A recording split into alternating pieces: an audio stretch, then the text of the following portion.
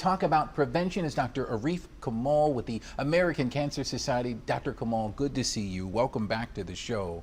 Let's talk about causes. What exactly causes skin cancer? Yeah, so it's radiation from the sun, UVA and UVB rays that come from there. Also, skin, suntan lights and things like that do too. So it's really important to think about when the UV is the highest, particularly in the middle of the day. Not only in the summer months too, there's also reflective surfaces, things like water and sand both reflect UV rays. So you're particularly by a pool, let's say it's cloudy, the UV is still getting through the clouds and oftentimes reflecting off that water. So important to keep your sunscreen on during those times. Yeah, no, I get it. Melanoma is a term that we hear a lot. It's the deadliest form of skin cancer. Doctors use something called the ABCDE rule. Break that down for us. Yeah, so A is asymmetry. So think about a mole on your body, right? People have moles of all kinds and they're like, well, is this something I should be concerned about or not? Yeah. So the A is asymmetry. You want it to be symmetrical. So one half looks like the other half. Okay.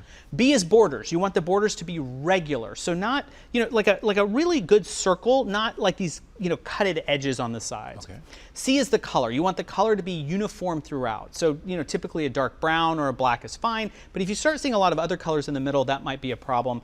D is for diameter. Think about a pencil eraser, the edge of the pencil, that's about 6 millimeters. You want it to be less than that. If it's bigger than that, you want to bring that up to your doctor. And last, the E is evolving. You want a mole to sort of stay the same. If you start seeing it change week on end, you want to get that checked out as well. Okay, so that's how to identify a problem. Let's talk about how to prevent skin cancer. As the weather heats up, more and more folks spending time outdoors. How important is using sunscreen, and is there a proper way to apply it?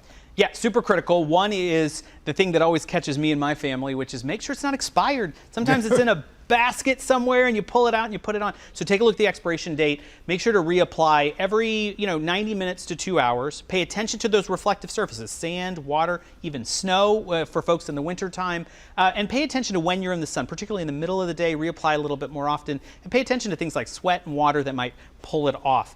Also, pay attention to the parts of the body that you may not think about that are obvious. Tops of the ears, tops of the head, even behind like the calves, which you might not see, but are still getting a lot of sun exposure. This is good stuff. I've got a bottle of sunscreen at my house, and I don't know how long it's been there. I'm going to check it when I go home. Absolutely. Great insight. Dr. Kamal, thanks as always for joining us.